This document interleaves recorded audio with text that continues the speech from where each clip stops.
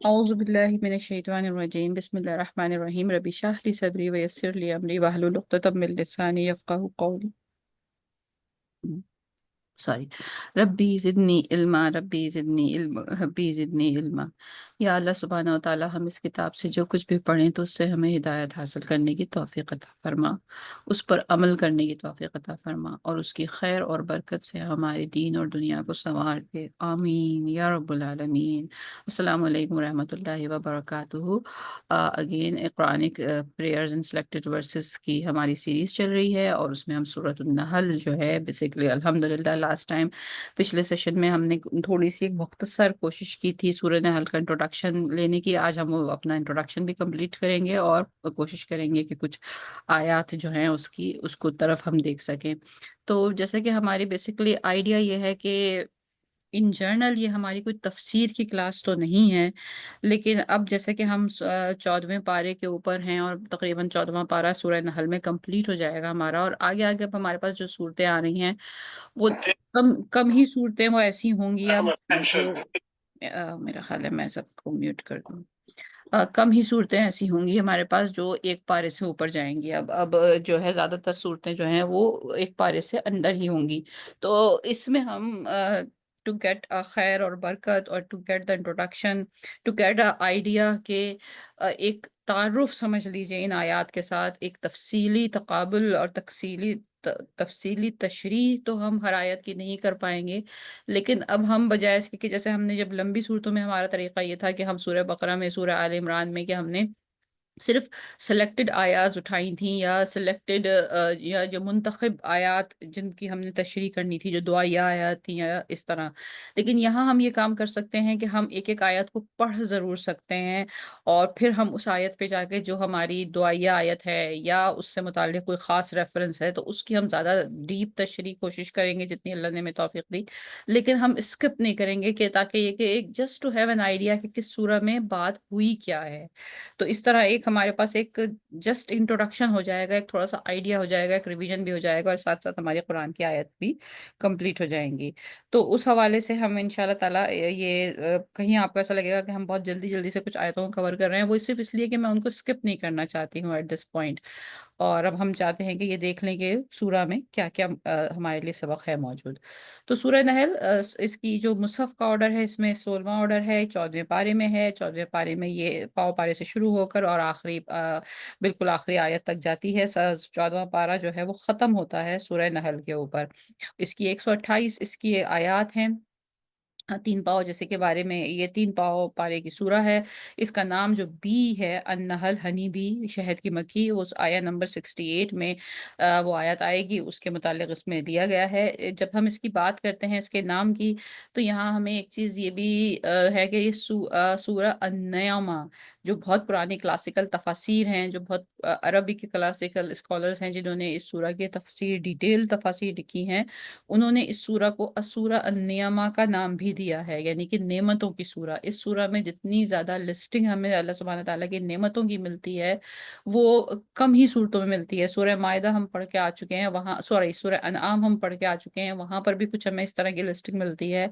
آگے جا کر اس طرح کا موضوع، اس طرح کی آیات، اس طرح کا جیسے سیم ٹائپ کا ٹیکسٹ اگر ہم میچ کرنا چاہیں تو وہ آگے قرآن میں جا کر ہمیں سورہ روم میں ملتا ہے۔ تو ایک کچھ اسکالرز نے یہ بھی کہا ہے کہ سورہ نحل جو ہے اس کا جوڑا وہ سورہ روم کے ساتھ بنتا ہے، جو کہ دوسرے گروپ میں ہے، اس گروپ میں نہیں ہے۔ لیکن بہرحال یعنی یہ سورہ جو ہے سورہ نعمہ بھی کہلاتی ہے، اور اب ابھی ہم جب اس کو پڑھیں گے، جیسا کہ میں نے کہا کہ ہم اگر ہر آیت کو پڑھتے چلے جائیں ذرا ایک یہ دیکھتے ہوئے کہ کیا ٹاپک ہے آیت کا، تو ہم یہ دیکھیں گے کہ بہت ساری پے در پے لسٹ نظر آئے گی ہمیں ایک اللہ سبحانہ تعالیٰ کی نعمتوں کی۔ جیسے مختلف صورتیں ہیں، جیسے سورہ ہود کے بارے میں ہم بات کر رہے تھے کہ وہاں ہمیں پے در پے اسٹوریز نظر آئی تھیں ان اقوام کی کہ جن کے اوپر اللہ سبحانہ تعالیٰ کا غضب نازل ہوا۔ تو وہ ایک سورہ کا ایک مزاج ہے، ایک اس کا ایک موضوع ہے، اس کا ایک ٹیسٹ ہے۔ تو اسی طرح سورہ نحل کی جب بات آتی ہے تو اسے سورہ نعمہ بھی کہتے ہیں، اور یہ ہم نے پچھلی بار بھی ذکر کیا تھا کہ بخاری شریف اور صحیح ستہ جو اتھینٹک حدیث کی بک ہیں اس کے حوالے سے تو ریفرنس نہیں ہے، لیکن کہیں کہیں جب آپ اس سورہ کے بارے میں پڑھیں گے یا اس کی کوئی کسی کتاب میں اس کی تفسیر پڑھ رہے ہوں گے تو وہاں آپ کو شاید یہ کوٹ بھی نظر آئے، ایک قول اس کے بارے میں ہے جو کہ ایک صحابی حضرت سعد بن کعب سے حضرت کعب سے منسوب ہے، بٹ مجھے اس کی وہ کوئی سند جو ہے صحاح ستہ میں، یعنی جو احادیث کی 7 کتابیں ہیں ان میں نہیں مل سکی۔ تو اس کے متعلق یہی ہے کہ اللہ اس میں اس قول میں یہ کہا گیا ہے کہ جس نے سورہ نحل کو پڑھا اور اس تو جتنی نعمتوں کا ذکر سورہ نحل میں کیا گیا ہے وہ اس کے متعلق اس سے حساب نہیں لیا جائے گا، although کہ یہ تھوڑا سا ایک کنٹراسٹ سا موضوع لگتا ہے، لیکن بہرحال ظاہری بات ہے، اللہ سبحانہ تعالیٰ کی شکر گزاری کرنے سے اللہ سبحانہ تعالیٰ دنیا میں بھی نعمتوں کو بڑھاتے ہیں اور آخرت میں بھی نعمتوں کو بڑھاتے ہیں۔ تو اور اللہ سبحانہ تعالیٰ کی نعمتوں کے حساب کتاب سے آسانی ہونے کے لیے اس کا بہترین طریقہ اس کی شکر گزاری ہی ہے۔ تو ایک طریقے سے اگر اس موضوع کو اس طرح سے ہم کنسائڈ کر سکتے ہیں، اس طرح سے سمجھ سکتے ہیں کہ جو شخص سورہ نحل کو اس ذہن سے پڑھتا ہے کہ واقعتاً اللہ سبحانہ تعالیٰ کی جو نعمتیں ہمیں عطا کی گئی ہیں وہ ان کو پریز کرتا ہے، ان کے اوپر خوش ہوتا ہے، ان کے اوپر شکر گزاری محسوس کرتا ہے، تو پھر وہ اللہ سبحانہ تعالیٰ یہاں دنیا میں بھی نعمتیں اور دیتے ہیں اور وہاں اس کو اس کے حساب کے حوالے سے اس میں آسانی فرماتے ہیں۔ تو یہ سورہ کا نام سورہ نحل ہے، ہنی بی ہے، جو کہ آیت نمبر 68 میں آئی ہے۔ اس سورہ کے 16 رکوع ہیں اور یہ آیات نمبر آپ اسکرین پہ دیکھ سکتے ہیں کہ کہاں کہاں ہمیں اس کے رکوع اینڈ ہو رہے ہیں۔ دوسری ہم نے یہ بات کی تھی کہ یہ مکی سورہ ہے اور مکہ کے بالکل آخری زمانے کی سورہ ہے۔ آخری زمانے سے مراد یہ ہے سن 619 سے لے کر 622 تک۔ 610 میں وحی نازل ہونا شروع ہوئی اور 622 میں، اس 622 کے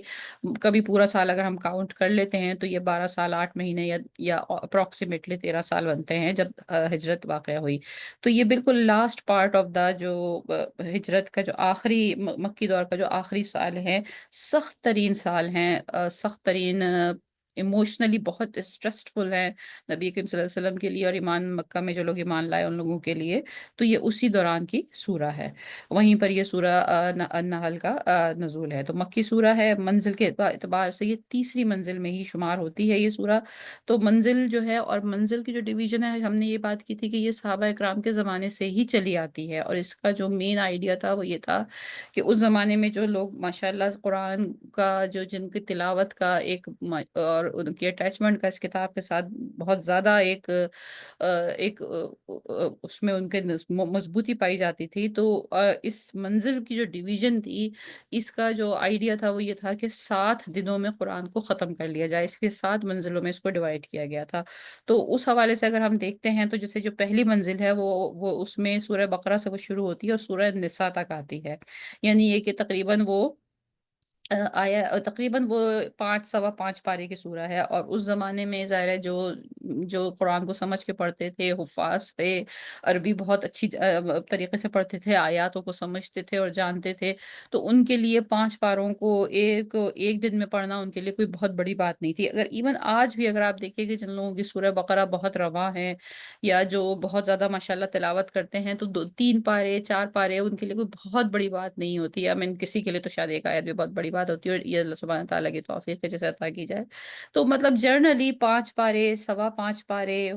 جو ہیں ان کی ایک تخصیص تھی، مطلب اس میں یہ جو منزل ہے یہ بھی اگین الحمدللہ اس کی جو ڈویژن ہے وہ سورت کی حساب سے رکھی گئی ہے، یعنی کوئی منزل ایسے ختم نہیں ہو جاتی کہ سورہ ابھی چل رہی ہے اور وہ اچانک ابرپٹلی ڈن ہو گئی۔ منزل جو ہے وہ سورہ ہی ختم ہوتی ہے تب وہ ختم ہوتی ہے، اسی لیے ہر منزل جو ہے وہ لینتھ کے حساب سے بالکل 100% ایکول نہیں ہے، کہیں پہ 5 پارے ہیں، کہیں پہ سوا 5 پارے ہیں۔ تو جو تیسری منزل ہے بیسیکلی جو سورہ یونس سے شروع ہوئی تھی تو وہ سورہ نحل پہ ہی ختم ہو رہی ہے، یعنی یہ ہماری آخری سورہ ہے۔ اس کے بعد اگلی سورہ سورہ بنی اسرائیل آئے گی، وہ وہاں سے چوتھی منزل شروع ہو جائے گی، یعنی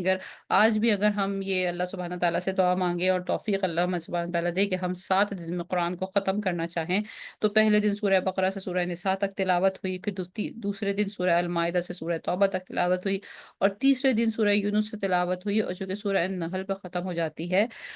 کوانٹٹی کے اعتبار سے شاید یہ سیکنڈ لاسٹ ہماری منزل ہم اسے کہہ سکتے ہیں کہ یہ تقریباً 3.25 پاروں کی اس کی تلاوت بنتی ہے۔ سب سے چھوٹی منزل جو ہے وہ 3.5 پاروں کی ہے، جو منزل نمبر 6 ہے۔ تو یہ ورنہ اس حساب سے دیکھا جائے تو یہ سیکنڈ لاسٹ اس کی طوالت ہے، یعنی تقریباً 3.25 پاروں کی یہ ایک منزل بنتی ہے اور یہ سورہ نحل جب ہماری انشاءاللہ ختم ہوگی تو یہ ہماری منزل نمبر 3 ختم ہو جاتی ہے۔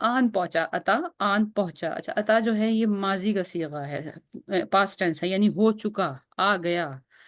آن پہنچا حکم اللہ کا، یعنی اللہ کا حکم آ گیا، ہو گیا۔ اللہ کا جو ایک ڈیسٹینیشن تھی، جو تقدیر میں ہونا لکھا تھا، وہ واقعہ ہو گیا، مطلب پاسٹ ٹینس ہے۔ فلا تستعجلوہ، تو تم اس کے جلدی آنے کا مطالبہ نہ کرو، یہ فیوچر ٹینس ہے۔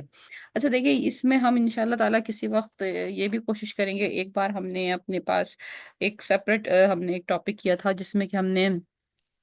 کیا تھا structure of Quran. Structure of Quran کا ایک سیپریٹ ہم نے ٹاپک کیا تھا، جس میں کہ ہم نے شروع کی تھی کہ بات کہ آیت کیا ہوتی ہے، لیٹر کیا ہوتا ہے، یعنی حرف کیا ہوتا ہے، حروف مقطعات ہیں، پھر آیت کیا چیز ہوتی ہے، پھر رکوع کیا چیز ہوتا ہے، پھر سپارہ کیا چیز ہوتا ہے، پھر جز کیا، مطلب پورا اس کا جو اسٹرکچر ہے وہ ہم نے ایک بڑا ڈسکشن کیا تھا۔ سملرلی تھوڑا without going into the very deep grammar, ایک بہت موٹا موٹا، ایک بہت جنرل، ہم انشاءاللہ اس کو بھی کسی وقت ڈیٹیل میں الگ سے سلائیڈ بنا کے ڈسکس کریں گے، کیونکہ اب الحمدللہ ہم آدھا قرآن کمپلیٹ کر رہے ہیں۔ تو اور اب اللہ کا شکر احسان ہے، نالج کے حوالے سے، علم کے حوالے سے، قرآن کا جو علم ہے وہ فی زمانہ اب بڑھ گیا ہے۔ شاید ہم سے پچھلی نسلوں کے لوگ اتنا اچھا ترجمہ نہیں جانتے تھے، اتنے سارے لوگ ترجمہ نہیں جانتے تھے، اتنی اچھی تجوید سے پڑھنے کی کوششیں نہیں ہو رہی ہوتی تھیں۔ فی زمانہ آج کل جہاں برائی کی چیزیں آپشن بہت بڑھ گئے ہیں، وہاں یہ آپشن بھی آسان ہو گئے ہیں۔ تو جنرلی جو امت مسلمہ ہے وہ زیادہ مطلب جانتی ہے قرآن کا، ایز کمپیئر ٹو کہ اگر ہم اپنے سے پیچھے اپنی تسلی یعنی اپنے گرینڈ پیرنٹس کی جنریشن سے اس کو کمپیئر کریں، خاص طور پہ ٹاکنگ اباؤٹ انڈیا پاکستان، میں ماسس کی بات کر رہی ہوں، اسکالرس تو ہمیشہ سے جانتے تھے۔ تو تین باتیں ہیں، جیسے کہ اگر ہم آسانی کے لیے سمجھیں، حال کے حوالے سے، زمانے کے حوالے سے، ایک زمانہ ہوتا ہے ماضی، پاسٹ، ایک ہوتا ہے حال جو پریزنٹ ہے، اور ایک ہوتا ہے مستقبل جو کہ فیوچر میں آئے گا۔ جرنلی عربک میں جو حال اور مستقبل ہے، یعنی کہ پریزنٹ اور فیوچر، وہ ایک ہی طرح کے جملے سے پروناؤنس کیا جاتا ہے، اس کا جو جملے کا اسٹرکچر ہوتا ہے وہ ایک ہی ہوتا ہے۔ جیسے کہ ہم اردو میں تو کہتے ہیں ماضی کے لیے ہم کہتے ہیں ہوا تھا یا ہوئی تھی، تو وہاں سے ہم یہ سمجھتے ہیں کہ ایک کام تھا یا تھی، ہمارے لیے انڈیکیشن ہو جاتی ہے کہ ایک کام تھا جو ماضی میں ہوا تھا، وہ ہو چکا ہے، وہ پاسٹ میں ہوا تھا۔ پھر ہم جو اگر ہمارا جو پریزنٹ ٹینس ہے، اس کے لیے ہم یہ کہتے ہیں میں یہ کر رہا ہوں، تو یہ سمجھ میں آتا ہے دس از ہیپننگ رائٹ ناؤ، ہم لوگ اس وقت درس میں بیٹھے ہوئے ہیں، بات کر رہے ہیں، تو یہ پریزنٹ ٹینس ہے، رائٹ ناؤ۔ اور پھر ہم کہیں گے ہم درس میں جائیں گے، ہم درس اٹینڈ کریں گے، یہ فیوچر ٹینس، ہمیں کریں گے سے ہمیں پتہ چلتا ہے یہ فیوچر ٹینس ہے، سمپل سا۔ عربک میں جرنلی جملے دو طریقے سے ہی رہیں گے، ہو گیا تھا، یعنی کہ ماضی کا ہمیں پتہ چل جائے گا کہ بھئی یہ فعل ماضی میں ہے، اور پھر ایک جو جملہ حال کا ہے، میں کر رہا ہوں یا میں کروں گا، وہ ایک ہی طرح لکھا جاتا ہے۔ تو پتہ کیسے چلے گا کہ یہ جملہ ابھی کی بات ہو رہی ہے یا فیوچر کی بات ہو رہی ہے؟ یہ اس کے پیچھے والے جملے یا آگے والے جملے اور جو پوری بات ایک ساتھ ہم ملا کے جب پڑھتے ہیں، تو اس سے ہمیں پتہ چلتا ہے کہ یہ حال ہے یا فیوچر ہے۔ تو ایک چھوٹی سی بات تو یہ سائیڈ میں اپنے ذہن میں ہم نے تھوڑی سی کلیئر کری۔ ابھی یہ کہ آپ عربی میں یہ کیسے پہچانیں گے کہ یہ ماضی ہے یا مستقبل ہے یا حال ہے، اس کو بھی ہم we are not going to much into the grammar. ماشاء اللہ جتنے میرے ساتھی ہیں، میں نہیں چاہتی کہ وہ بھاگ جائیں یہاں سے، grammar is not subject of every one, لیکن سمپل میرا خیال ہے یہ بہت ہیوی نہیں ہے سمجھنے کے لیے کہ مستقبل اور ماضی کی ڈفرینسیشن ہوتی ہے، ٹھیک ہے۔ اچھا، اب ایک بات ہم نے یہ سمجھ لی۔ اچھا، دوسری چیز جو ہم بات کریں گے قرآن کے اسلوب کے حوالے، اسلوب مینس دا وے دا آیاز آر دیئر۔ قرآن کی ایک کتاب ہے، اور ہم تو کتاب جب کہتے ہیں تو ہمارے ذہن میں ایک باقاعدہ کتاب کا ہی تصور آتا ہے، ایک کور ٹو کور، ایک پیچھے کا کور ہے، ایک آگے کا کور ہے، بڑا خوبصورت سی اس پہ جلد چڑھی ہوئی ہے، اس کے اندر صفحے ہیں، دا بک، جو ایک آپ کی امیجنیشن ہے، بک۔ لیکن کتاب کا لفظ قرآن میں اپنے لیے بھی استعمال ہوا ہے، اور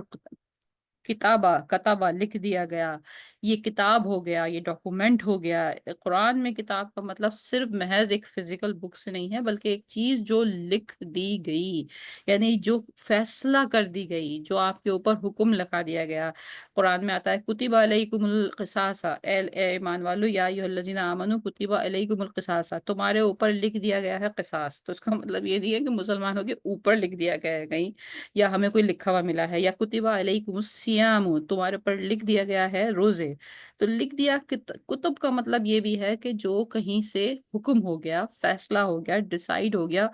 ڈاکومنٹ ہو گیا۔ انگلش میں بھی ہم ورڈز یوز کرتے ہیں کہ یہ ڈاکومنٹ ہو گیا ہے۔ ڈاکومنٹ ہو گیا کا مطلب یہ کہ یعنی یہ ایک سند ہو گئی ہے، یہ لکھ دیا گیا ہے۔ تو یہ ہم یہاں بات یہ کر رہے تھے کہ قرآن کا جو جو ایک اسٹائل ہے، یہ ایک کتاب ہے، یہ ایک لکھی ہوئی کتاب کی صورت میں ہمارے پاس اب موجود ہے۔ اوریجنلی یہ لکھا ہوا نہیں تھا، اوریجنلی یہ کتاب کی صورت نہیں تھی،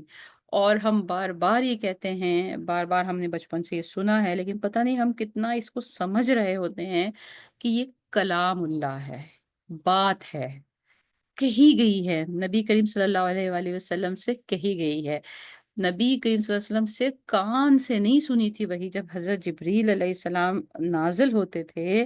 اور نازل ہو کر وہ وہی نبی کریم صلی اللہ علیہ وسلم پر آتی تھی، تو ایسا نہیں تھا کہ ہوا میں کوئی آواز آ رہی ہے جسے نبی کریم صلی اللہ علیہ وسلم سن رہے ہیں اور ارد گرد کے باقی صحابہ بھی سن رہے ہیں، کوئی ریکارڈنگ کی طریقے سے کوئی آواز ان کو وہ سن رہے ہیں۔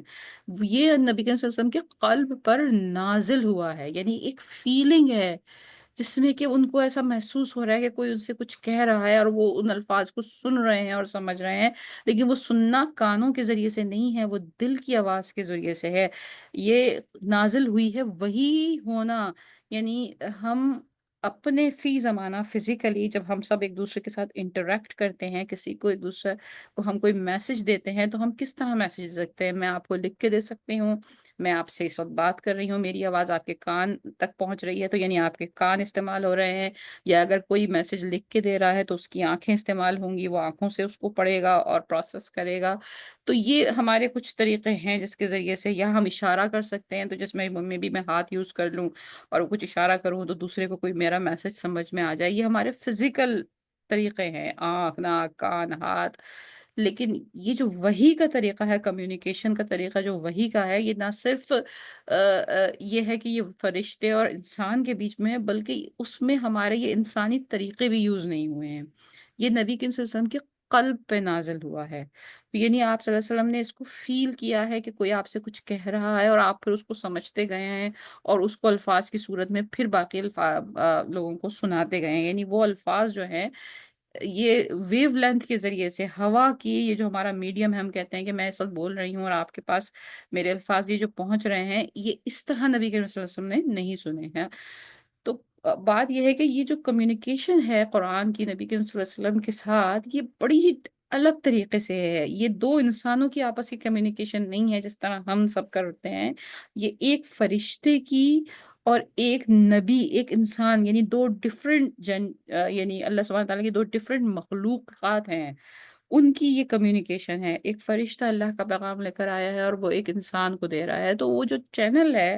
وہ جو بات چیت کا طریقہ ہے، وہ جو میسج کو کنوے کرنے کا طریقہ ہے، وہ بھی ظاہر نارمل نہیں ہے۔ تو پتہ نہیں اب یہ بات ہم کتنے لوگ کتنی طرح سمجھ پائیں کہ دل پہ کسی چیز کا نازل ہونا، دل کے اوپر سمجھنا، اور پھر اس سے نبی کریم صلی اللہ علیہ وسلم ان الفاظ کو، یعنی اس کی قریب ترین ایکسپلینیشن جو ہے وہ، یا مثال قریب ترین اس کی یہ ہو سکتی ہے کہ جیسے مثال کے طور پہ آپ خواب دیکھتے ہیں، تو خواب میں کسی کو، یا کوئی شخص آپ کو کچھ پڑھ کے سنا رہا ہے فار ایگزامپل، تو وہ جو سننا اس خواب میں ہے آپ کا، وہ آواز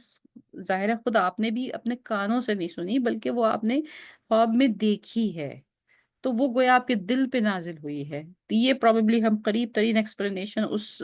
سینیریو کی کر سکتے ہیں، obviously چونکہ ہم اس طریقے سے گزرے نہیں ہیں، تو وہ ہم اس کی اس سے زیادہ مزید ہمارے لیے اس کو ایکسپلین کرنا مشکل ہے۔ تو یہ قرآن جو ہے نبی کریم صلی اللہ علیہ وسلم پہ کلام کی صورت میں آپ کے قلب پہ نازل ہوا، اور ہوا یہ کلام کی صورت میں، کوئی ریٹن بک آپ کو نہیں دی گئی تھی۔ اچھا، اب کلام میں ہوتا یہ ہے کہ جیسے اگر ہم سب اس وقت ایک دوسرے کے آمنے سامنے بیٹھے ہوئے ہوتے اور میں آپ سے بات کر رہی ہوں یا کوئی بھی شخص بات کرنے والا ہے، وہ ایک ایک پہلے اپنے دائیں طرف جو شخص جو بیٹھا ہوا ہے ساتھی یا فرینڈ اس کا، وہ اس کی طرف دیکھ کے بات کر رہا ہے کہ اس نے یہ کیا اور اس نے یہ کیا، تو اس اور اس سے ہمیں پتہ چل گیا کہ یہ دو ڈفرینٹ لوگوں کا سے بات ہو رہی ہے، یا یہ کہ تم نے یہ کیا اور انہوں نے وہ کیا، تو ایک دم تم سے ہمیں پتہ چل گیا کہ کہ بات کرنے والا سامنے والا کسی پرسن سے مخاطب ہے، اور پھر اچانک ہی وہ انہوں نے یہ بات کی، وہ کوئی اور لوگوں کا ذکر شروع ہو گیا۔ تو جب ہم لکھتے ہیں تو ہم اس طرح نہیں لکھتے۔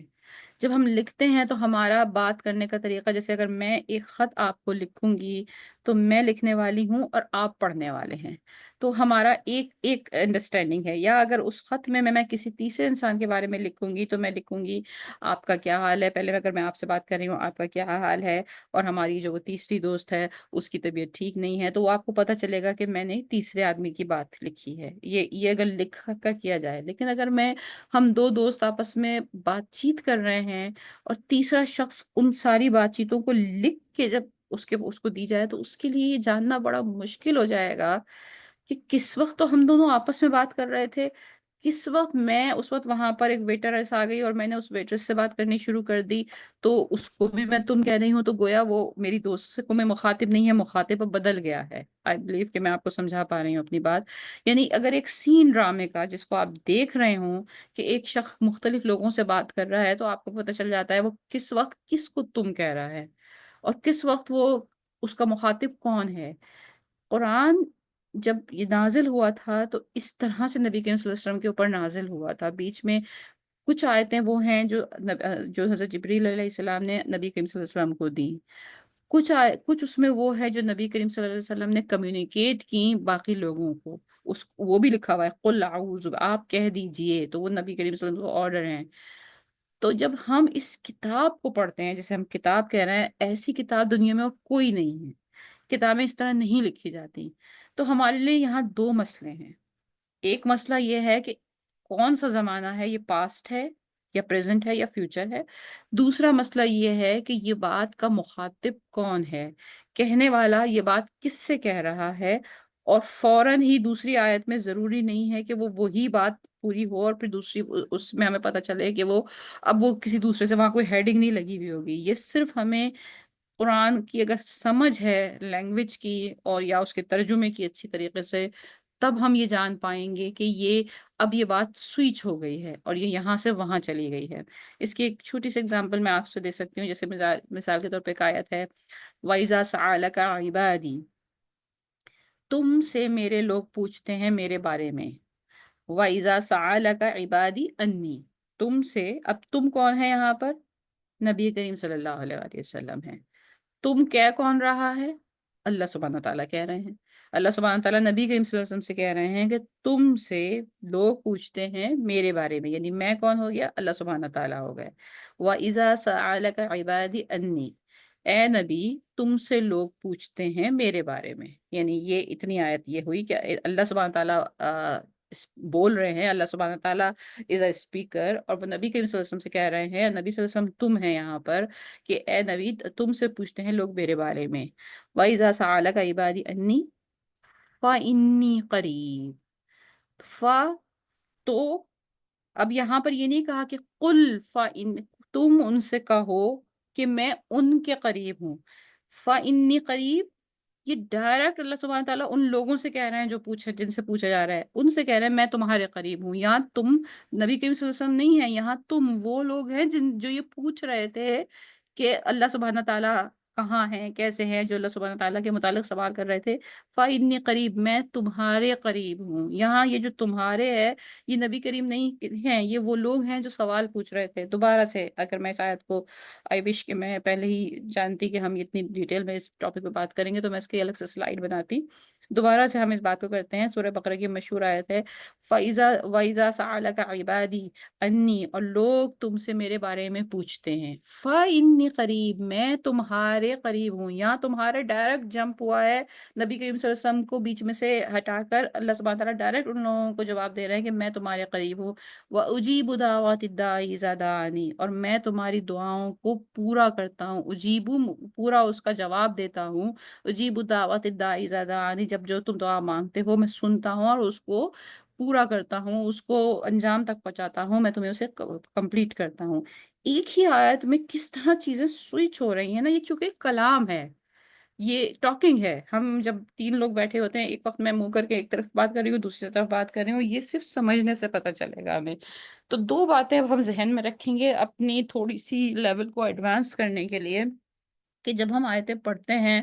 تو اس کا زمانہ بھی سوئچ ہو رہا ہوتا ہے، بالکل برابر برابر سے، بالکل اسی طرح جیسے کہ ہم آپس میں بات کر رہے ہوتے ہیں، اور اسی طرح مخاطب بھی سوئچ ہو رہے ہوتے ہیں۔ یہ اب ہمیں پتہ کرنا پڑے گا، یہ ہمیں ڈیٹیل میں جانا پڑے گا، اگر ہم اپنی لینگویج پہ ہمارا اتنا عبور نہیں ہے کہ ہم کو یہ ڈھونڈنا پڑے گا تشریح میں، ورنہ ہم اس آیت کا پورا مطلب سمجھ نہیں پائیں گے۔ تو یہ اتنا لمبا جو ایک پورا انٹروڈکشن تھا، انشاءاللہ اس کو میں پھر ایک سلائڈ بنا کر الگ سے بھی ہم اس کو ڈسکس کر لیں گے تاکہ یہ ہمارے پاس ریفرنس کے طور پہ رہے۔ لیکن یہ جو آیت آئی ہے نا نمبر 1، اس کے بیک گراؤنڈ میں یہ ہم نے ساری بات کی ہے، اتا امر اللہ، آن پہنچا، یعنی یہ پاسٹ ٹینس ہو گیا، سم تھنگ از ڈن، اللہ کا حکم آن پہنچا، فلا تستعجلوہ، تو نہ تم سب مطالبہ کرو اس کے جلد آنے کا، نہ تم سب مطالبہ کرو اس کے جلد آنے کا۔ تو جو چیز آلریڈی ہو گئی ہے تو اب ہم اس کا کیسے مطالبہ کریں گے؟ یو سی، یہ جو یہ والی تستعجلوہ، یہ تو فیوچر کا ٹینس ہے، یہ حال کا یا فیوچر کا ٹینس ہے، کہ تم اس کے آنے کا مطالبہ نہ کرو، یعنی کہ کوئی بچہ ضد کر رہا ہو، تم کہتے ہیں ضد نہ کرو، تو وہ ضد نہ کرو ہم اس وقت کے لیے بھی ہو سکتا ہے کہ جو اس وقت رائٹ نہ ہو، ابھی تم نہ کرو ضد، یا یہ کہ فیوچر کے لیے بھی ہوتا ہے کہ بعد کے لیے بھی تم یہ مطالبہ نہ کرو، اس چیز کے اوپر نہ اڑو۔ تو ایک طرف تو یہ کہہ رہے ہیں کہ وہ آلریڈی ڈن ہو گیا ہے، اور دوسری طرف وہ یہ بات کہی جا رہی ہے کہ تم اس کو ڈیمانڈ نہ کرو۔ یو انڈرسٹینڈ کہ بات تو لاجیکل یوں بنتی ہے کہ اب بات تو یہ ہونی چاہیے تھی کہ اگر وہ چیز آ گئی ہے تو اب تم نے دیکھ لیا، اب تم جس چیز کے لیے مانگا کرتے تھے، تم جس کا مطالبہ کیا کرتے تھے وہ پورا ہو گیا۔ اب تو یہ بات اس طرح ہونی چاہیے تھی کہ اللہ کا فیصلہ آ گیا اور تم جس کا مطالبہ کیا کرتے تھے وہ پورا ہو گیا۔ لیکن یہاں تو یہ کہا جا رہا ہے اللہ کا فیصلہ آ گیا اور تم اس کا مطالبہ نہ کرو، یعنی یہ زمانوں کے اعتبار سے کچھ چیز کنسائڈ نہیں کر رہی۔ تو اس کا مطلب یہاں پہ اس کی ڈیپتھ یہ ہے کہ بات یہ کی جا رہی ہے کہ مشرکین جو بہت ہی بے رحمی سے، بے دردی سے، لاوالی پن سے، بغیر دل میں اس بات کے خدا کا خوف لائے ہوئے، انتہائی بے خوفی کے ساتھ جو ایک وہ کہتے تھے لے آؤ تم نے جو عذاب لانا ہے، اور جو تم ہمیں ہر وقت سناتے رہتے ہو کہ تم نے نہیں مانا تو اللہ کا عذاب آ جائے گا، عذاب آ جائے گا، تو لے آؤ جو تم نے لانا ہے۔ یاد رکھیں کہ یہ جو سورہ ہے یہ بالکل آخری زمانے کی مکہ کے دور کی سورہ ہے، تو 12-13 سال گزر چکے ہیں، 12 سال یا 10 سال یا 11 سال آلموسٹ گزر چکے ہیں۔ نبی کے وسلم بار بار ان سے کہہ رہے ہیں کہ دیکھو اگر تم نے اللہ کے راستے پہ نہیں چلے تو عذاب میں پڑ جاؤ گے، اور وہ عذاب دنیا میں بھی آ سکتا ہے اور آخرت میں تو بہرحال آئے گا ہی۔ تو اور وہ لوگ بے پرواہ ہو کے کہہ رہے ہیں، اس پہ ان پہ تانے کس رہے ہیں، ان کا مذاق اڑا رہے ہیں، انہیں ہرٹ کر رہے ہیں، انہیں ٹونٹ کر رہے ہیں، اور انتہائی ان کا حوصلہ بہت بڑھ گیا ہے۔ جب ایک بچہ ایک غلطی کرے، اس کی اگزامپل ایسے ہو سکتی ہے اور ہم اسے فوراً ہی ڈانٹیں یہ مت کرو، تو وہ نیکسٹ ٹائم کے لیے ذرا کیئرفل ہو جاتا ہے۔ ایک شخص ہے وہ ایک نماز اس کی چھٹ جاتی ہے، مس ہو جاتی ہے، تو اگر فوری طور پر ایک فرشتہ اس کو اس وقت ہی ایک اس کو سزا دے، اس کو فوراً ہٹ کرے، تو اگلی دفعہ وہ کہے گا ارے ارے نہیں بھائی مار پڑے گی، میں دوسری نماز جلدی سے وقت پہ پڑھوں۔ لیکن کیا ہے کہ دوسری نماز تک کوئی اسے پوچھ نہیں رہا ہے، کسی نے اسے مارا نہیں ہے، کسی نے کوئی سزا نہیں دی ہے، کچھ نہیں ہوا ہے، تو نیکسٹ نماز میں وہ جلدی پڑھے گا، پھر وہ سوچے گا ارے کچھ ہوتا تو ہے نہیں، پھر وہ تیسری نماز میں سلپ ہو گیا ہے، پھر وہ چوتھی نماز میں سلپ ہو گیا ہے، پھر مطلب ایک ایگزامپل ہے کہ پھر اس نے چھوڑ ہی دیا، ارے کچھ ہو تو رہا نہیں ہے، میرا سارا دنیا کا نظام بھی ٹھیک چل رہا ہے، کھا رہا ہوں پی رہا ہوں، گھر ہے میرا، میری سب چیزیں ہیں، کوئی مجھے پکڑ نہیں رہا، کوئی مجھے کچھ نہیں کہہ رہا۔ تو یہ مینٹلٹی ہو جاتی ہے انسان کی جس وقت کہ اس کو فوری طور پر فوری طور پر جو ہے وہ ایک دم سے سامنے چیز نظر نہ آئے، اور بیسیکلی سارا آئیڈیا ہی یہ ہے۔ دنیا وہ جگہ نہیں ہے جہاں آپ کو فوری جواب ملے گا، فوری آپ کی چیز، دعاؤں کا بھی معاملہ یہی ہے کہ ایسا نہیں ہے کہ ادھر میں نے دعا کی اور ادھر وہ اللہ کے جن کی طرح حاضر ہو گیا۔ دنیا جگہ ہی دوسری ہے نا، وہ ان سب یہ تمام چیزوں کے لیے پھر آخرت ہے۔ تو پوائنٹ یہاں پہ کہنے کا یہ ہو رہا تھا کہ یہاں فوری طور پہ چیزیں جب جب نہیں ہوتی، تو جو وہ کفار کا جو ذہن تھا کہ وہ ارے یہ تو 10-12 سال سے کہے جا رہے ہیں، ہم نے ان کے لوگوں کو مار رہے ہیں، پیٹ رہے ہیں، شہید کر رہے ہیں، کیا کیا کچھ تو ہم کر رہے ہیں، ہم نے نبی صلی اللہ علیہ وسلم کی اتنی نعوذ باللہ ان کی اتنی ان کی انسلٹ کرتے ہیں، ان کو اتنا برا بھلا کہتے ہیں، کچھ بھی نہیں ہو رہا، کوئی فرشتوں کا لشکر اوپر سے نہیں آتا، کوئی آگ کے گولے ہم پہ نہیں برس رہے۔ یہ نبی ہمیں بار بار ان قوموں کے قصے سنائے جا رہے ہیں کہ وہ طوفان آ گیا، وہ آگ کے گولے آ گئے، وہ زلزلہ آ گیا، وہ ایک چنگھاڑ آئی اور سب الٹا ہو گیا، تو ہمارا تو کچھ بھی نہیں ہو رہا۔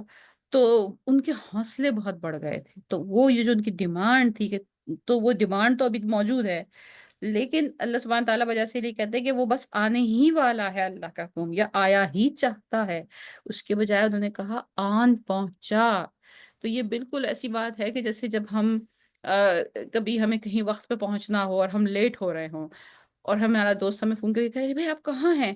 تو ہم اگر بالکل گاڑی ڈرائیو میں پارک کر رہے ہیں یا گاڑی سے اتر کے بس گھر میں انٹر ہوا چاہتے ہیں، تو ہم کہتے ہیں آ گیا، میں آ گیا، یعنی آئی ایم ہیئر، یعنی اس وقت تک میں گھر کے اندر تو داخل نہیں ہوئی بٹ آئی ایم دیئر، تو یعنی وہ جو میرے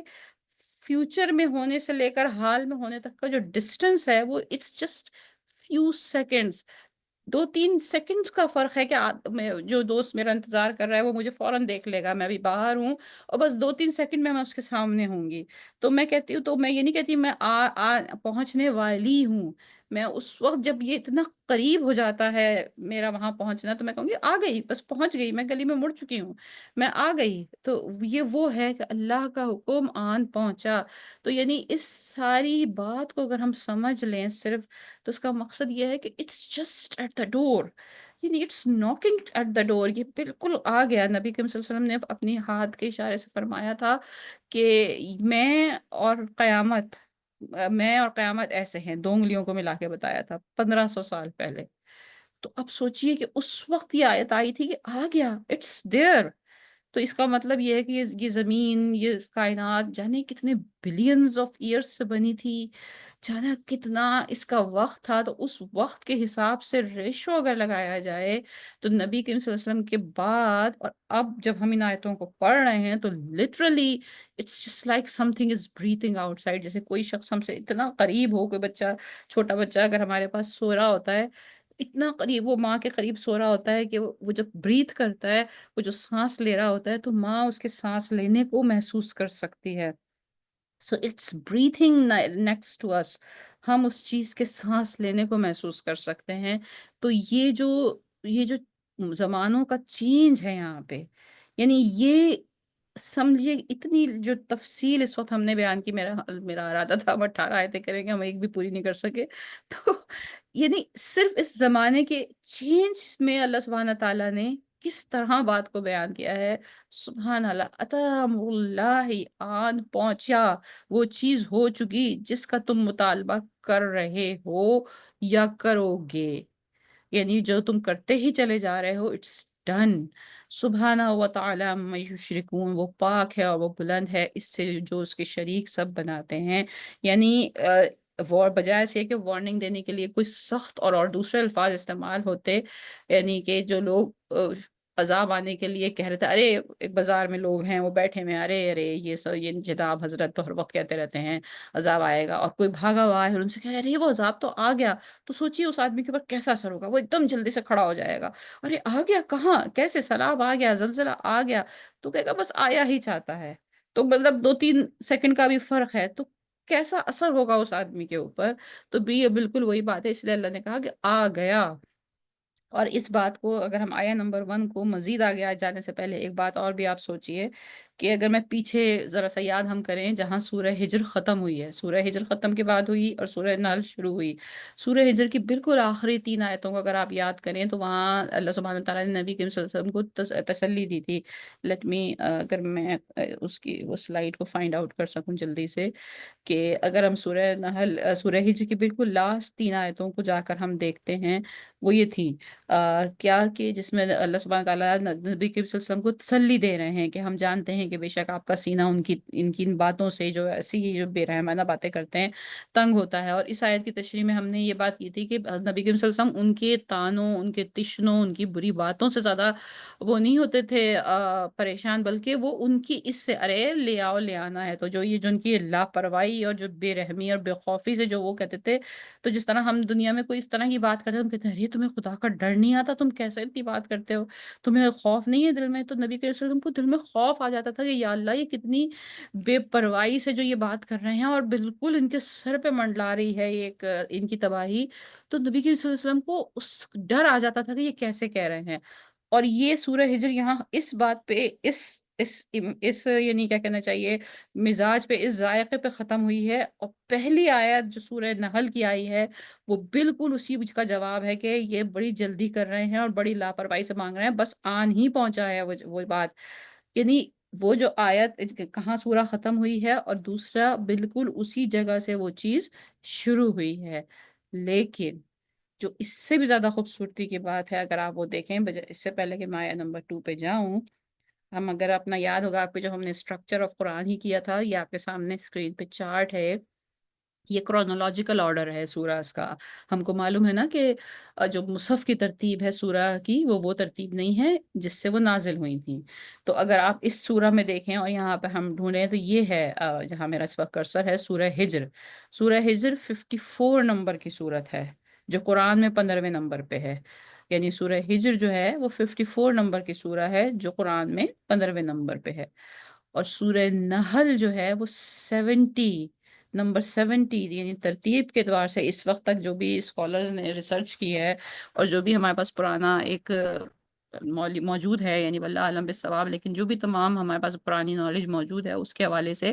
سورہ نحل 70ویں نمبر کی صورت ہے، جو کہ اس وقت قرآن میں 16 نمبر کی صورت ہے، اور سورہ ہجر کے بعد آئی ہے. سورہ ہجر کے بعد 54، سورہ نحل 70. کتنی صورتیں ہیں بیچ میں؟ 1 2 3 4 5 6 7 8 9 10 11 12 13 14 15 صورتیں بیچ میں کچھ اور نازل ہوئی ہیں. 16ویں صورت یہ سورہ نحل ہے. اس سورہ کو اٹھا کے لا کر سورہ ہجر کے ساتھ رکھا گیا، اور سورہ ہجر جہاں ختم ہوئی تھی وہاں سے ہی اسی کنٹینیویشن پہ سورہ نحل شروع ہوئی. ہمیں سبحان اللہ، یہ کتاب لکھی ہوئی فارم میں نہیں آئی ہے کہ جیسے میرے پاس لکھے ہوئے نوٹس ہیں تو مجھے لگ رہا ہے اچھا یہ والا جو صفحہ ہے، یہ صفحے کا مضمون وہ والا صفحہ ہے، اس سے زیادہ میچ کر رہا ہے، تو چلو میں کتاب کو ایڈٹ کر رہی ہوں تو میں اس کو یہاں، اس صفحے کو یہاں لا کے لگا دیتی ہوں، یہ دونوں چیزیں میچ ہو رہی ہیں، اور وہاں والا صفحہ وہاں کر دیتی ہوں. بہت سارے صفحے میرے پاس ہوں اور موضوع کے اعتبار سے مجھے ترتیب دینی ہو تو یہ بات سمجھ میں آتی ہے. دس از آل جسٹ ورڈس. یہ کیسے یاد رہے گا نبی کریم صلی اللہ علیہ وسلم کو کہ سورہ ہجر کہاں ختم ہوئی تھی، اور بیچ میں کتنی صورتیں اور نازل ہو گئیں. اور اس کے بعد وہ کہہ رہے ہیں جب سورہ نحل نازل ہوئی کہ ان آیتوں کو اٹھا کے سورہ ہجر کے بعد، جہاں سے سورہ ہجر تم نے لکھی تھی اس وقت تک پورا قرآن، یہ مکی قرآن ہے، تو ابھی تو سمجھو مدنی قرآن تو آیا بھی نہیں ہے. تو نبی کریم صلی اللہ علیہ وسلم ان کو تعلیم دے رہے ہیں کہ اچھا اب ان آیتوں کو اٹھاؤ اور ان کو سورہ ہجر کے پاس لے جا کے رکھ دو. یعنی یہ کیسے ممکن ہے کہ یہ صرف ایک ڈیوائن اسپیچ ہی ہو سکتی ہے، یہ غیر انسانی کام بھی ہو سکتا ہے. یہ تو آج کا کمپیوٹر، اے آئی ٹیکنالوجی بھی نہیں کر سکتی یہ چیز، کہ اتنی بہت ساری چیزیں جو کہ ایون ریٹن فارم میں بھی نہیں ہے کہ اس کو اس طرح سے کنسائڈ کیا جائے. سبحان اللہ تعالیٰ، یعنی اللہ سبحانہ تعالیٰ ہمیں اس کتاب کی جو یہ معجزہ ہے اس کو سمجھنے کی توفیق عطا فرمایا، اور اس سے یہ جاننے کی توفیق عطا فرمایا کہ ہمارے ہاتھوں میں جو یہ چیز ہے، یہ کتنا بڑا ایک تحفہ ہے، کتنا بڑا یہ معجزہ ہے، یہ کتنی بڑی یہ روشنی ہے. اور واللہ ہی اس کو ہاتھ میں لینے کے بعد ہم کہیں اور یہ بھٹکتے پھرتے ہیں کہ ہم ایسا کیا وظیفہ پڑھ لیں کہ جس سے ہمارے مسائل حل ہو جائیں. اگر ہم اس کو ہی انفولڈ کرتے چلے جائیں تو اس کی تو چھوٹی سی اتنی سی ایک آیت میں کتنا بڑا خزانہ ہے، تو اس کو ہی اگر ہم سمجھ کے پڑھتے چلے جائیں تو ہم پر در کھلتے چلے جائیں گے۔ اتی امر اللہ فلا تستعجلوه سبحانہ وتعالی عما یشرکون، ينزل الملائکۃ بالروح من امرہ علی من یشاء من عبادہ انذروا انہ لا الہ الا انا فاتقون۔ وہ نازل کرتا ہے فرشتوں کو روح کے ساتھ، بالروحی روح کے ساتھ اپنے حکم سے، جس پر وہ چاہتا ہے اپنے بندوں میں سے، کہ تم سب کو متنبہ کر دو کہ یہ بے شک یہ سچ ہے اور کوئی معبود نہیں سوائے میرے، سو تم سب مجھ سے ہی ڈرو۔ تو یہ اللہ سبحانہ تعالیٰ اسی جو اعتراض جو مکہ میں کر رہے تھے، جو سورہ ہجر کے آخر تک پہنچا تھا، اسی اعتراض کا جواب دے رہے ہیں کہ یہ اللہ سبحانہ تعالیٰ کا اپنا اپنا ایک ڈیسیژن ہے، وہی کرتا ہے، ینزل الملائکۃ بالروح، وہی نازل کرتا ہے فرشتوں کو اور روح کو، من امرہ، اپنے حکم سے، علی من یشاء، جس پہ وہ چاہتا ہے، جس پہ وہ چاہتا ہے، من عبادہ، یعنی کہ اپنے بندوں میں سے، ان انظروا، کہ تم سب متنبہ کر دو کہ بے شک اللہ ایک ہی ہے اور اس میں اس کے سوا کوئی نہیں ہے، جسے وہ چاہتا ہے۔ عربی میں چاہنے کے لیے، چوائس کرنے کے لیے بہت سارے الفاظ ہیں، بہت سارے ورڈز ہیں عربی میں چوز کرنے کے لیے، لیکن یہاں اسپیسیفکلی اس جگہ یشا جو ہے، میری مرضی، یشا کا مطلب ہے میری مرضی، جو میں چاہوں۔ تو یشا کو مطلب بہت سارے الفاظ کو مختلف جگہ پہ قرآن میں چوائس کے لیے اللہ سبحانہ تعالیٰ نے مختلف جگہ مختلف چیزوں کو چوز کیا ہے، وہ الفاظ کو چوز کیا ہے۔ کہیں پہ چوزنگ اس طرح ہوتی ہے، فار ایگزامپل جیسے کہ ایک جاب ہے ٹیچر کی، اس کے لیے انٹرویوز ہو رہے ہیں، اور انٹرویوز میں بہت سارے لوگ آئے ہیں، اور ان بہت سارے لوگوں کا انٹرویو کرنے کے بعد ایک آدمی کو سلیکٹ کیا گیا ہے، وہ بھی چوزنگ ہے۔ لیکن وہ کیا چوزنگ ہے؟ وہاں پر یہ دیکھا گیا ہے کہ بھئی اس 21 آدمی میں سب سے بہتر کوالیفیکیشن تھی ٹیچر بننے کی، تو لہٰذا وہ کرائیٹیریا رکھ کر اس کو چوز کیا گیا ہے۔ ایک چوزنگ یہ ہو گئی۔ ایک چوزنگ یہ ہے کہ آپ نے جیسے کوئی چیز آ، آپ کو سے پوچھا جائے کہ بھئی آپ کو کون سا کلر پسند ہے، تو کوئی کہے گا مجھے گرین پسند ہے، کوئی کہے گا مجھے وائٹ پسند ہے، کوئی کہے گا مجھے پنک پسند ہے۔ اب یہ چوز اتنے بہت سارے رنگوں میں سے اگر جس سے پوچھا جائے کہ مجھے پنک پسند ہے، بھئی آپ کو پنک کیوں پسند ہے؟ تو بھیا مجھے پسند ہے، بس اب یہ میرا چوائس ہے، یہ دس از مائی چوائس۔ اس میں کوئی کرائیٹیریا نہیں تھا کہ بہت سارے باقی رنگ جو ہیں وہ کوئی لو لیول کے کلر ہیں۔ جس طرح ٹیچرز کو چوز کیا گیا تھا، وہاں ایک کرائیٹیریا تھا، جس طرح کلرز کو چوز کیا گیا ہے، یہاں کوئی کرائیٹیریا نہیں ہے، یہ مرضی ہے، یہ میری انکلینیشن ہے۔ یہ اس کا مجھے کسی کو ضرورت نہیں ہے کہ میں کسی کو یہ بتاؤں کہ بھئی میں نے پنک کلر اس لیے چوز کیا ہے یا گرین کلر اس لیے چوز کیا ہے کہ اس کے یہ خواص ہیں اور یہ فائدے ہیں، اور جو کہ باقی رنگ کم ہیں۔ لیکن اگر میں انٹرویو بورڈ میں ہوں اور میں ٹیچر کو چوز کروں گی، تو مجھے یہ بتانا پڑے گا دوسروں کو کہ میں نے اس ٹیچر کو کیوں چوز کیا ہے۔ یہ دو ڈفرنٹ ٹائپ کی چوائسیز ہیں۔ تو یشا وہ چوائس ہے جس میں کہ چوز کرنے والا دوسرے کو یہ باؤنڈ نہیں ہے بتانے کے لیے کہ کیوں چوز کیا ہے، یہ اس کی حکمت ہے، یہ اس کی مرضی ہے، اللہ سبحانہ تعالیٰ کی یہ مرضی ہے۔ اللہ سبحانہ تعالیٰ نے وہاں ان کافروں کا اعتراض نبی کریم صلی اللہ علیہ وسلم پہ تھا کہ بھائی آپ کو ہی کیوں چوز کر لیا؟ آ, کسی اور سردار کو، یہ تو یتیم تھے، معاشی طور پر ظاہر ہے کہ وہ اتنے اچھے حالات میں نہیں تھے۔ حضرت خدیجہ رضی اللہ تعالیٰ عنہا کا کاروبار کیا کرتے تھے اس وقت تک، جب تک شادی نہیں ہوئی تھی، اور اس وقت تک ان کے بزنس کو بڑھانے کے لیے کام کرتے تھے۔ شادی کے بعد جب یہ نبوت آ گئی تو پھر آپ نے وہ کام بھی چھوڑ دیا، تو مزید مفلوق الحال ہو گئے۔ تو وہ کوئی ٹھیک ہے، حضرت عبد المطلب کے پوتے ضرور تھے، حضرت ابو طالب کے بھتیجے ضرور تھے جو سردار مکہ تھے، لیکن ان سے بہت بڑے بڑے امیر لوگ موجود تھے، بہت بڑے بڑے politically very powerful people were there, جو کہ جن کی بات زیادہ مان لی جاتی ہے۔ اگر اللہ تعالیٰ ان کو چوز کر لیتا تو ان کا ایک بڑا یہ تھا کہ آپ کو کیوں چوز کر لیا؟ تو اس کا اللہ تعالیٰ جواب دے رہا ہے، یہ میری مرضی ہے۔ اللہ سبحانہ تعالیٰ اللہ ہے اور ہم اس کے عبد ہیں۔ اللہ سبحانہ تعالیٰ ہم کو آ،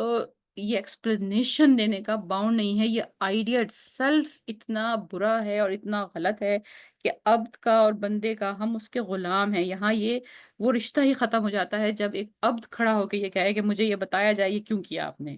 یہ ایک مالک ایک غلام سے یہ سوال کر سکتا ہے کہ تم نے یہ کیوں کیا؟ ایک غلام ایک مالک سے یہ سوال نہیں کر سکتا۔ تو اگر کسی بندے کے ذہن میں اللہ تعالیٰ کے کسی بھی حکم کے اوپر کوئی بھی جو اس دنیا میں امر چل رہا ہے اللہ سبحانہ تعالیٰ کا، ہماری اپنی زندگیوں سے لے کر اس پوری کائنات تک، وہاں بندے کے ذہن میں یہ سوال یہ آتا ہے کہ اللہ نے اس کا تو یہ کر دیا اور مجھے یہ نہیں کیا، ان کو تو رسول بنا دیا مجھے رسول نہیں بنایا، تو بیسیکلی وہ اب تک اس رشتے کو سمجھا ہی نہیں ہے۔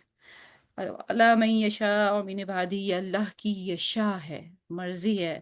وَيَرْزُقُ مَن يَشَاءُ بِغَيْرِ حساب، وہ جس کو چاہتا ہے بغیر حساب دیتا ہے۔ ہم دیکھتے ہیں بڑے بڑے پڑھے لکھے، بڑے بڑے قابل، بڑے بڑے انٹلیکچوئل بھوکے ہیں، مفلس ہیں، ایک جاہل جس کو نہ پڑھنا آتا ہے نہ لکھنا آتا ہے، وہ اس چیزیں بھی اس کا انٹلیکٹ بھی اتنا لو ہے، آئی کیو بھی اتنا لو ہے، اس کا بزنس دن دونی چل رہا ہے رات چوگنی چل رہا ہے۔ یہ دنیا ہے، یہاں یہ سسٹم الگ طریقے سے سیٹڈ ہے، یہاں ہمیں اللہ کی مرضی کو ماننا ہے، یہ دس از یشا۔ تو اللہ تعالیٰ نے فرمایا کہ یہ میری مرضی ہے کہ میں نے اس شخص کو تمہارے لیے نبی بنایا ہے، یہ میں جانتا ہوں اپنی حکمت میں کہ یہ کیوں بہتر تھا تمہارے لیے، تمہارا کام اس پہ سوال کرنا نہیں ہے بلکہ اس کو ماننا ہے۔ اور ہمارے لیے شاید سے یہی ایک سبق ہم کو ملتا ہے کہ جب ہم دنیا میں بہت ساری چیزیں دیکھتے ہیں، یا اللہ اس کو تو اتنا دے دیا اور مجھے اتنا کم دیا، یا اللہ میں تو اتنا نیکی کے راستے پہ بھی چلنے کی کوشش کرتا ہوں تو میرے پاس تو کچھ نہیں ہوتا، اور وہ اتنا جھوٹ اتنا کپٹ، اس کے اندر اتنی ہرس، اس کے اندر اتنی جلن، اس کے اندر اتنی حسد، اور اس کو سب چیزیں مل رہی ہیں، وہ غلط کر کے بھی اس کی کامیابی ہو رہی ہے اور ہماری کامیابی نہیں ہو رہی۔ تو یہ یشا ہے، یہ اللہ کی مرضی ہے۔ اور جو ہمیں اس میں سورہ بقرہ میں بھی وہ آیت آئی تھی نا کہ انہوں نے یہ اعتراض کیا اللہ پہ، تو وَلِلْكَافِرِينَ عَذَابٌ مُّهِينٌ، سخت عذاب ہے اس بات کا۔ یعنی ہم اللہ کے فیصلے کو چیلنج کر رہے ہیں، یعنی میں یہ چیلنج کر رہی ہوں کہ اچھا مجھے آپ نے یہ رنگ دیا ہے، کسی کو آپ نے بڑا خوبصورت رنگ دے دیا، مجھے یہ آنکھیں دی ہیں، کسی کو نیلی آنکھیں دینی تو مجھے کیوں نہیں دی؟ یہ ہم چیلنجنگ اللہ سبحانہ تعالیٰ کے امر کو۔ یہ اللہ سبحانہ تعالیٰ یہاں بتا رہے ہیں کہ مجھ سے ڈرو، جب یہ اللہ تعالیٰ نے کہا ہے تم سب کو متنبع کر دو کہ انا انہ لا الہ، کہ میرے علاوہ کوئی معبود نہیں ہے، فتقون، سو تم سب مجھ سے ڈرو، تم سب میرے اوپر ایمان لاؤ، تم سب اس چیز کے اوپر ایمان لاؤ کہ اللہ سبحانہ تعالیٰ نے جو یہ ساری چیز اپنی حکمت سے سیٹ کی ہے یہی بہترین ہے، تبھی تمہارا عبد اور آ، مالک کا رشتہ ڈیولپ ہوگا، ورنہ تو تم عبد ہوئے ہی نہیں نا، تمہیں تو ہر چیز پہ اعتراض ہے۔ ابلیس نے ہر چیز پہ اعتراض کیا تھا، کیوں جی ان کو آپ کو سجدہ کروں، اور وہ یہ سوال کرتے ہی عبد کی کیٹیگری سے خارج ہو گیا تھا۔ خلق السماوات والارض بالحق وتعالى عما هو خصیم مبین، اور اس نے ہی پیدا کیا ہے آسمانوں اور زمینوں کو، سب چیزوں کو بہت حق کے ساتھ، اور جو اور جو اور اسی نے بنایا انسان کو، سوری یہاں پہ یہ شاید مس ہو گیا اس میں ایک سلائیڈ میں، تو اس کا یہاں پہ ترجمہ جو اردو میں لکھا ہوا ہے وہ ہم دیکھ لیتے ہیں کہ اسی نے آسمان اور زمین کو بنایا حکمت کے ساتھ، اور اس کی ذات اونچی ہے کافروں کے اس شرک سے، یعنی کافر جو یہ شرک کرتے ہیں، شرک کا مطلب یہی ہے نا کہ وہ یہ ایسا سوچنا بھی شرک ہے کہ یہ کام ایسے ہوتا تو زیادہ اچھا ہو جاتا، اس کا مطلب ہے آپ یہ کہہ رہے ہیں کہ اللہ سبحانہ تعالیٰ کے وزڈم میں کوئی کمی تھی، نعوذ باللہ، اور اسی نے انسان کو نطفے سے بنایا، اور پھر وہ خالق کے بارے میں جھگڑنے لگا۔ ہم یہاں ہی میرا خیال آج ختم کریں گے آیا نمبر 4 کے اوپر، کہ یہ سب اللہ بتا رہا ہے کہ یہ میں ہوں، یہ میری مرضی ہے، یہ میری حکمت ہے، یہ میری کائنات ہے، یہ میرا سیٹ اپ ہے، اور یہ تم ہو، ایک بوند سے پیدا میں نے تم کو کیا ہے، اتنی لمیٹڈ تمہاری عقل ہے، یہ تو تم پر رحم ہے میرا کہ میں نے تم سے اپنا ایک رشتہ جوڑا ہے، تم میرے عبد ہو، تمہارے لیے تو فخر ہونے کے لیے یہی بات بہت اعلیٰ تھی کہ میں اس مالک کا عبد ہوں، میرا اس سے عبد اور ملک کا رشتہ ہے جو اس پوری کائنات کا مالک ہے، اس کے بجائے اس کے کہ تم میری ہی کائنات کے اوپر جھگڑنے لگے اور یہ سوچنے لگے کہ یہ فیصلہ کب آئے گا۔ یہ آیات ڈائریکٹلی نبی کریم صلی اللہ علیہ وسلم کے ان مخالفین کے لیے بھی ہیں، مگر ہمارے لیے بھی ہیں، آج کے ظالموں اور فرعونوں کے لیے تو ہیں ہی ہیں، ان لوگوں کے لیے تو ہیں ہی ہیں جو اس طرح سے مذہب اسلام کے خلاف چل رہے ہیں یا حق پہ چلنے والوں کے خلاف چل رہے ہیں، لیکن یہ بالکل ڈے ٹو ڈے لائف کے لیے میرے لیے بھی ہیں، جب میں ایسا سوچتی ہوں کہ اچھا مجھ کو تو یہ نہیں دیا، فلاں کو یہ دے دیا، جب میں یہ سوچتی ہوں کہ میرے لیے تو زندگی کی یہ جو امتحان ہے یہ بہت سخت ہے، دوسرا تو بڑا آرام اور عیش میں ہے،